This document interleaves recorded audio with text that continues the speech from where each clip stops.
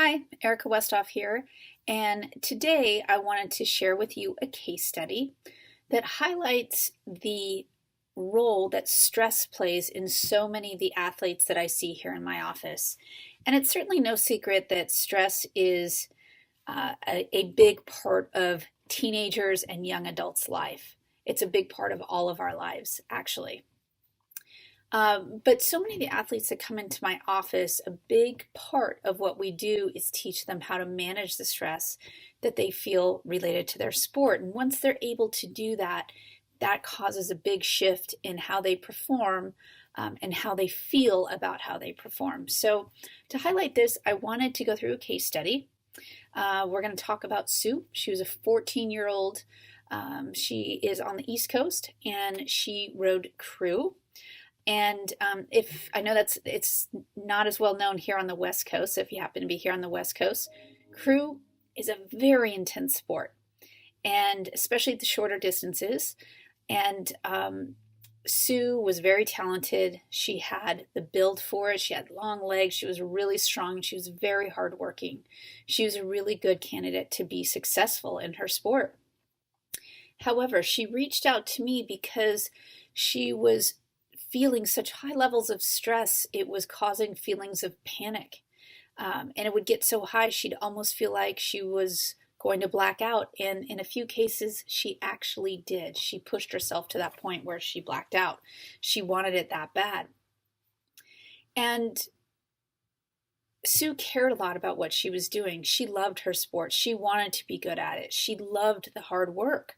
But it's not a good long-term plan if you're feeling anxious and panicked and blacking out in the boat. It's just not a safe thing to happen.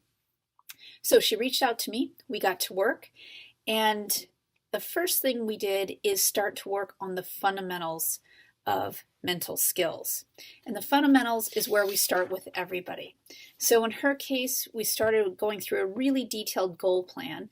So not only outcome goals of where she wanted to be and what she wanted to do, but also her performance goals, so the things that she was actively working on and things that she needed to improve on. So we spent some time with that. We taught her how to relax her body, literally the muscles in her body, how to take the stress levels down out of her body. We taught her how to clear her mind of all the anxious thoughts, and so she could create some space. She could disconnect from those thoughts just a little bit to get through her races and her training. We taught her how to prepare properly for both training and races. In her sport, the training is as intense as the competition, so she suffered symptoms in both areas. So what worked in training also worked in competition. We taught her how to recognize and also manage her thought patterns, and also settle her emotions so that, again, she could get out there and just do her thing and row hard and allow the physical stress of the rowing to go high because the mental and emotional stress was lower. Okay, so within about 6 weeks, she was making great progress.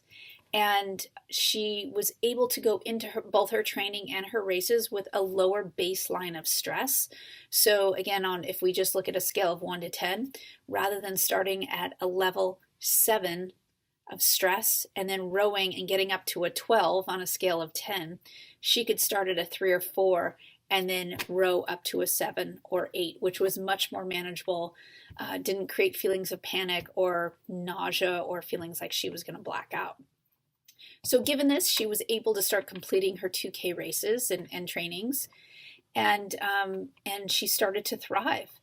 So once that stress was under control and her preparation was ideal, then her confidence started to grow, her performance improved, and her success started to show up consistently in the boat with her teammates. And all of this really rekindled her love of the sport and her belief in herself that she was doing the right thing and she was in the right place with the right sport, and she still had a bright future ahead of her. So that's the story of Sue. I hope that you or your athlete can relate to this story and some of the stress symptoms that they may feel. While Sue is a more exaggerated case with the blacking out, I can tell you that most of the athletes that I see do have some strong stress symptoms that we can easily learn to manage. All right, hope you enjoyed this one. I'll see you back here soon.